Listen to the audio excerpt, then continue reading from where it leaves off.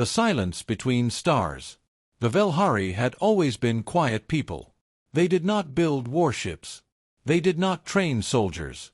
They grew food on their 3 moons, they studied the stars, and they traded knowledge with the few alien races they had met over the centuries. They were not warriors. They had never needed to be.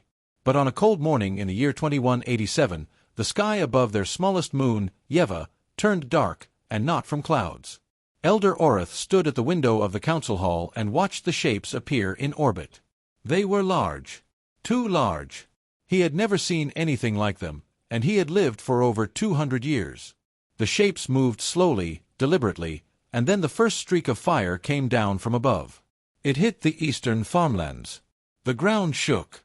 Smoke rose in thick black columns toward the stars. Orith did not panic. He was too old for panic. He turned away from the window and walked to the communications chamber, where a young Velhari diplomat named Siva was already working at the console, her 4 fingers moving fast across the controls. The Crethon Dominion had arrived. No one had warned the Velhari. There had been rumors, distant reports from other star systems, stories of a powerful empire that swept through worlds and took what it wanted. But the Velhari had believed those stories were exaggerated. They had believed they were too small, too far away, too unimportant to be noticed. They had been wrong. Siva pulled up every distress frequency she could find. She broadcast on all of them, her voice steady even though her hands were shaking. She called for help in 17 known languages. She sent data packets describing the attack, the location, the number of ships above. She sent it all out into space and hoped something, somewhere, would hear. Orith watched her work and said nothing for a long moment. Outside, another streak of fire came down. This one hit closer to the colony center. The council hall trembled. Dust fell from the ceiling. Commander Vorik stood on the bridge of his flagship above Yeva and watched the surface burn with no particular emotion. He had done this before, many times. The Crethon Dominion had crushed 12 civilizations before this one. The process was always the same. Show overwhelming force. Break the spirit of the population. Take what was useful. Leave the rest. His science officer told him there were distress signals going out on multiple frequencies. Vorik was not worried. He waved his hand in a dismissive gesture. This system was far from the main trade routes. Far from any significant power. No one would come. No one ever came. That was the nature of the universe. The strong moved forward and the weak hoped someone else would stop them. No one ever did. Siva had been broadcasting for over an hour when she found an old frequency buried deep in the communications archive. It was a channel established decades ago, during a first contact meeting with a species from a small blue planet far across the galaxy. A warm species, she remembered from the history records. Loud and curious and full of strange energy. They had called themselves humans. The Velhari and the humans had spoken only briefly, exchanged some star maps, promised to stay in contact. But the years had passed and the contact had faded, as contact often does between people who live very far apart. Siva activated the old channel and sent the distress signal out on it anyway.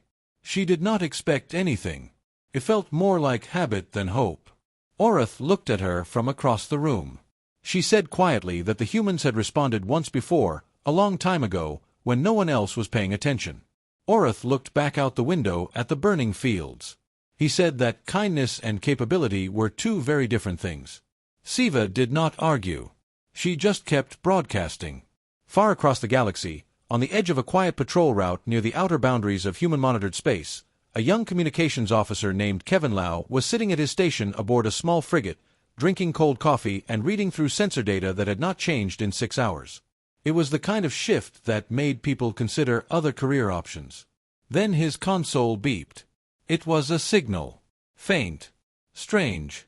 Coming from a direction that had nothing on any of his charts. He almost filed it as static and went back to his coffee. The pattern almost looked like random interference. Almost. He leaned forward. Something about the rhythm of the signal made him stop. He ran it through the translation filters. Most of it was noise. But underneath the noise, there was structure. And inside that structure, there were words he could just barely make out. Help. Please. Help. Kevin set down his coffee. He flagged the signal and sent it up the chain of command with a note that said he thought someone should look at this. Then he sat back and stared at the direction the signal had come from, which was very far away, and which showed nothing on any of his maps. He did not know yet what he had just set in motion. Admiral Caroline Voss had not planned to be awake at 3 in the morning. She had been in the middle of a rare night of actual sleep when the alert came through, and she had answered it the way she answered everything, quickly, without complaint, with a cup of black coffee already in her hand before she reached the communications room. Kevin Lau's flagged signal was on her screen within the hour. She read it twice. Then she pulled up the old diplomatic records from the 2140s, cross-referenced the contact frequency, and sat very still for almost a full minute. She knew that frequency. She had been a junior officer herself when the first Velhari contact was made. She remembered the excitement of it, the first time humanity had received a genuine reply from an alien civilization. The Velhari had been warm and generous. They had shared star maps that saved human exploration teams years of travel. They had asked for nothing in return except continued contact. That contact had faded over time, as things do when the universe is very large and everyone is very busy. But Caroline remembered it. She took the signal to the Seoul Defense Council the next morning. The council chamber was full of people in formal uniforms sitting around a long table, and most of them looked like they wanted to be somewhere else. The debate began almost immediately. Several council members pointed out that the Veyron system was 2 months of travel away. Several others noted that the Crethon Dominion was an unknown military force with no existing conflict with Earth. One older council member said, flatly, that this was not their war. Caroline waited until they were done. Then she stood up and spoke quietly, the way she always did when she had something important to say. She reminded the council that the Velhari had never asked humanity for a single thing. They had offered help freely and completely, without conditions, at a time when human deep space exploration was still finding its footing. She said the Velhari had believed in humanity before humanity had much to show for itself. She said that if Earth looked away from a distress call on a channel that had been built specifically to connect two peoples, then something essential would be lost. Not just a treaty. Not just an alliance. Something more important than that. She said the council could decide that this was not their war. But she wanted them to understand what that decision meant. The vote was close. But it passed. Within 3 days, Earth began assembling the largest deep space fleet ever launched outside of a declared war. 14 Titan-class carriers.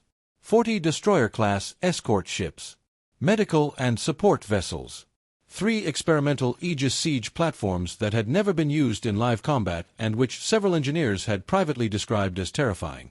Captain Nathan Cole received his orders aboard the ECS Dauntless, Earth's flagship carrier, while running his morning diagnostics.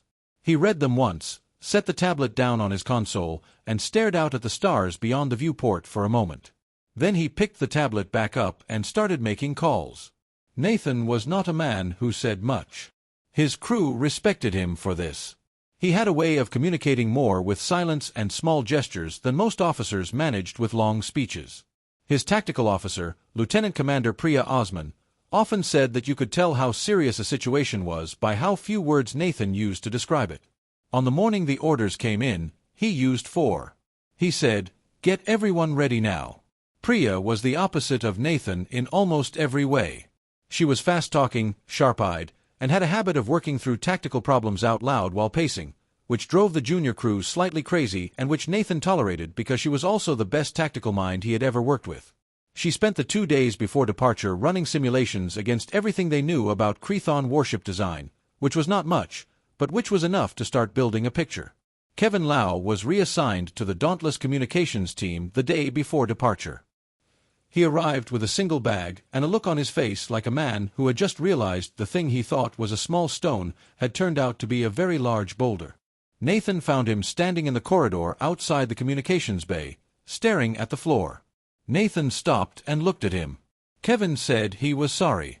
He said he did not know if flagging that signal was the right thing. He said he had started to wonder if he had made things worse. Nathan was quiet for a moment. Then he said that a long time ago, he had been part of a rescue mission for a colony that had been silent for 6 months. The colony's one remaining transmitter had been barely functioning. Someone had almost filed it as noise. Someone had not. Because of that, 300 people came home. He told Kevin that he had not started anything. He had just made sure they did not look away. Kevin nodded and picked up his bag and went to his station. On the final morning before departure, Nathan stood on the bridge of the Dauntless and watched the fleet form up around them through the main viewport. It was an extraordinary sight. Ship after ship taking position, their running lights making slow patterns against the dark. He had never seen anything quite like it. Priya walked up beside him and stood there for a moment in silence, which was unusual for her. Then she said that the Chthon had never fought humans before. Nathan watched another carrier take its place in the formation. He said that they were about to learn what that meant. The fleet moved out and the lights of Earth fell away behind them, and the long journey through the dark began. 7 weeks is a long time to travel through empty space. Long enough for people to get tired. Long enough for the weight of what they were heading toward to settle in properly. The Dauntless held a crew of 4,000. During the first 2 weeks, there was energy. People were focused, busy, running checks and drills and preparation exercises. The ship felt alive with purpose. By week 3, the quiet started to set in. Kevin Lau had found a rhythm of sorts in the communications bay. He was good at his job, better than he had given himself credit for, and the senior officers had noticed. He spent his shifts monitoring all frequencies in their direction of travel, filtering the data, building a better picture of what lay ahead. He was also quietly building a personal log, though he would not have called it that. He just wrote things down sometimes, at the end of his shifts, to help himself think. He wrote that he kept thinking about the Velhari, about the fact that they had called for help on a channel built specifically to reach humans, which meant they had believed, at least a little, that humans might come. He wrote that he hoped they were still alive to find out if they were right. Priya Osman had not slept more than 5 hours at a stretch since departure. She was not built for sleeping when there was a problem to solve. She had gathered every piece of information available about the Chthon Dominion, reports from the Velhari, fragments of intelligence from other species that had survived encounters with them, analysis of their known attack patterns, and she had spread it all across 3 separate screens in her quarters and was working through it like a puzzle. A pattern was beginning to emerge. The Chthon did not win through pure military strength, though their ships were certainly powerful. They won through fear. They broadcast their attacks. They transmitted footage of civilian structures being destroyed on civilian frequencies before the actual fighting began. They wanted populations to be terrified before the first shot was even fired. A terrified enemy made mistakes. A terrified enemy surrendered before calculating whether they could actually resist. Priya brought her notes to a young weapons officer on the Dauntless named Dana Holt, who had been doing similar analysis from a different angle. Dana was 26 and had a habit of being right about things that more experienced officers had missed. She had noticed something specific in the Chthon attack pattern that Priya had not yet picked up on. In every engagement on record, the Chthon always left at least one civilian vessel functional and allowed it to flee. They never destroyed every ship.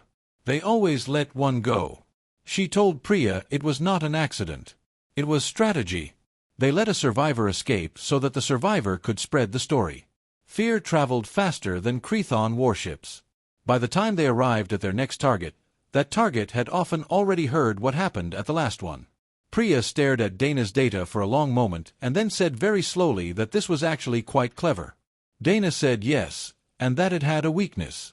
If you cut the Chthon off from broadcasting, if you jammed their transmissions before the battle started so they could not send their fear signals out, then their biggest weapon disappeared.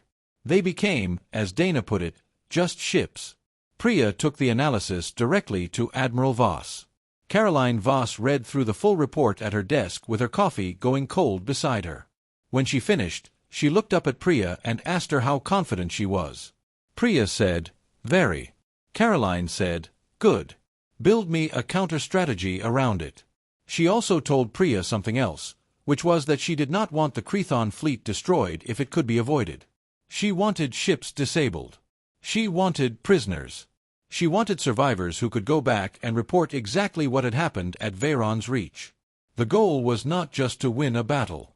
The goal was to end the Chthon's habit of attacking people who could not fight back. The best way to do that was to make sure everyone knew what happened when you tried it on the wrong people. Nathan heard about the plan in a briefing on day 39 of the voyage. He sat quietly while Priya laid out the full tactical picture, the jamming strategy, the bracket and collapse maneuver she had been designing, the role of the Aegis platforms, the priority targets. When she was done, he asked 2 questions and she answered both of them. Then he nodded and said it was a good plan. Which, from Nathan, was high praise. Kevin heard about the plan too, secondhand through the crew chatter that moved through a ship the way water finds its own level, through vents and corridors and informal exchanges of people who work and live in close quarters for weeks at a time. He lay awake that night in his bunk and stared at the ceiling. He thought about the small woven frequency that Siva had used to reach them. He thought about someone sitting at a console on a dying moon, sending signals into the dark and hoping. He thought, "We are coming. I just hope we are coming fast enough." On day 49, the fleet dropped out of faster-than-light travel at the edge of the Veyron system. The bridge of the Dauntless went very quiet. On the long-range sensors, the Crethon Armada was visible in orbit above Yeva Moon.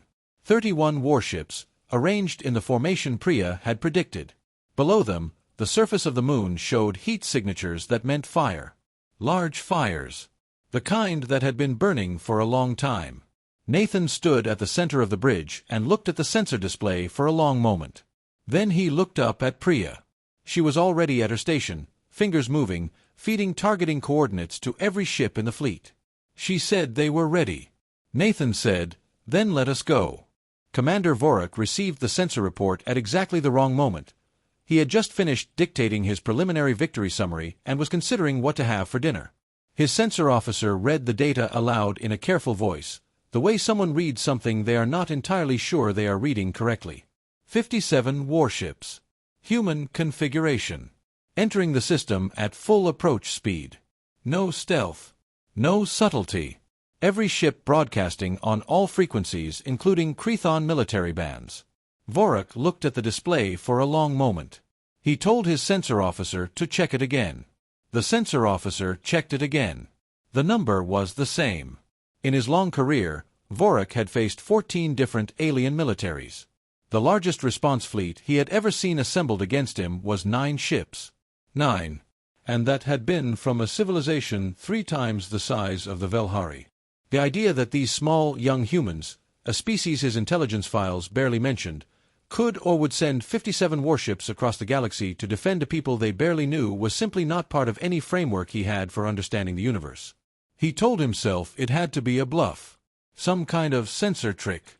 Old ships made to look like many. Admiral Caroline Voss sat in the command chair of the Dauntless and watched the Crethon Armada on the main display. The fires on Yeva's surface were visible even at this distance. She was aware of all the things she was feeling and she set all of them carefully to one side, because there would be time for feelings later. Right now there was only the work. She opened a direct channel to Commander Voraka's flagship. She identified herself and her rank and the fleet she represented. She said that Earth had received a distress call from the Velhari people and had come in response. She said the bombardment of Yeva Moon needed to stop immediately. She said Vorak had 30 minutes to begin withdrawing his fleet from the system. She said it calmly and clearly, the way someone states a fact rather than a threat. She said, after 30 minutes, the choice is no longer yours.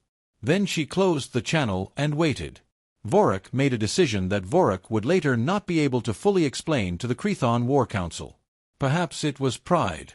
Perhaps it was the simple inability to believe that the situation was as serious as it appeared. Perhaps 30 years of never having been seriously challenged had done something fundamental to his ability to assess a real threat. He launched an attack wave. 8 destroyers in his standard terror formation, charging hard toward the human line. Priya Osman said quietly, "There they are." The bracket and collapse maneuver had been rehearsed 41 times in simulation during the voyage. Every officer on every ship in the fleet knew their position and their timing to within 3 seconds. The human destroyers split into 2 arcs, wide and fast, curving out from the center line like arms reaching. The Dauntless and the 2 flanking carriers held the center, steady and unmoved. The Crethon destroyers found themselves in a crossfire they had no pattern to answer. Their formation, built for psychological impact and overwhelming forward momentum, had no protocol for being surrounded from the sides while the center held firm. They tried to compensate. They broke formation. And the moment they broke formation, Dana Holt's targeting systems locked onto the Crethon communication arrays. Dana's voice on the comms was very quiet and very precise. She said, "Jamming now." The Crethon broadcasts went dark. No footage of burning cities would reach anyone outside the system today. No fear signal would travel ahead of their fleet. Vorik had no way to know this yet, but his most powerful weapon had just been taken away without a single shot. The battle lasted 4 hours and 12 minutes. The Aegis platforms deployed 30 minutes in, moving to positions that closed the 3 most likely retreat corridors.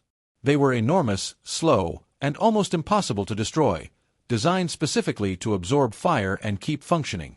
Crethon weapons hit them repeatedly and the Aegis platforms did not stop moving. The Crethon had excellent ships. They were fast and heavily armed and their crews were experienced. But they had been built and trained for a specific kind of war, one where the enemy was already frightened, already uncertain, already half defeated before the engagement began. The human fleet was none of those things. Nathan watched the battle unfold from the bridge with the focused quiet he brought to everything. He issued corrections. He adjusted positioning. He watched Priya work and trusted her completely. When a Crethon cruiser broke through the eastern arc and made a hard run at the Dauntless, he gave the order to intercept with the same tone he used to order coffee. Dana Holt was everywhere on the tactical display, targeting communication vessels first, power systems second, weapons arrays third. The goal was to disable, not destroy. It was harder than destroying. It required more precision. She never missed. Vorik attempted a full retreat when he realized the battle was lost. He pointed his fleet toward the outer system and pushed his engines to maximum. The Aegis platforms had already closed 2 corridors. The third, the one he chose, was still technically open, but only because the human destroyers had deliberately left it that way. He flew right into a containment formation.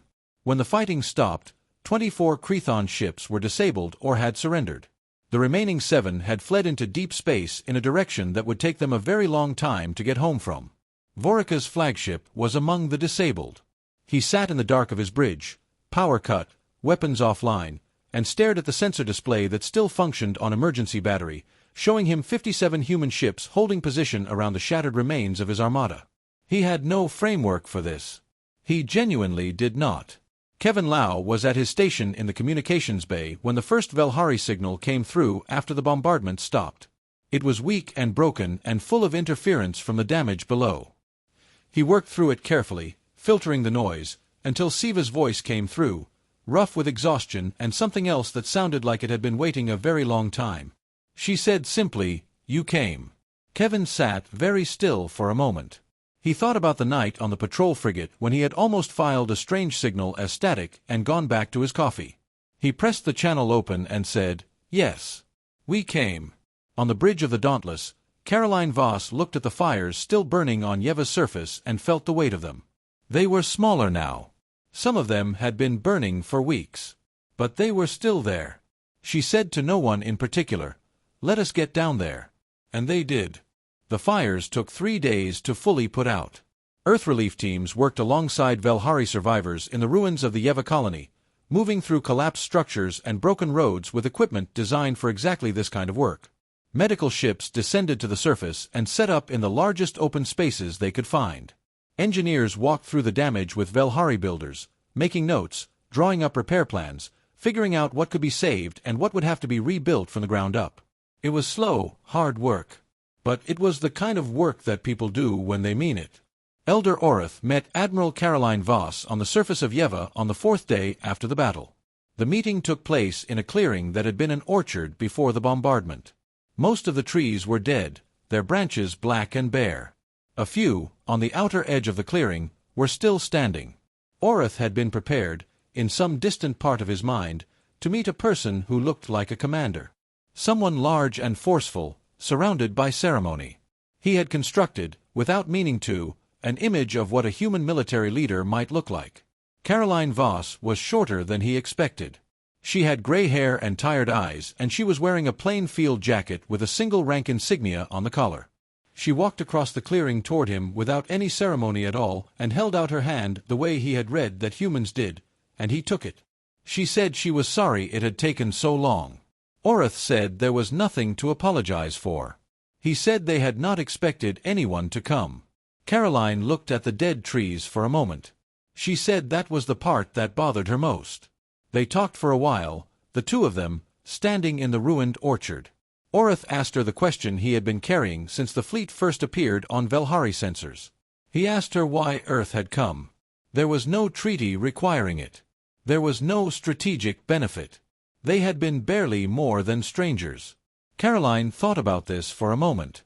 Then she said that the Velhari had built a contact channel specifically to reach humans, and humans had built the other end of it specifically to reach the Velhari, and when someone calls on a line built for exactly that purpose, the only decent thing to do is answer.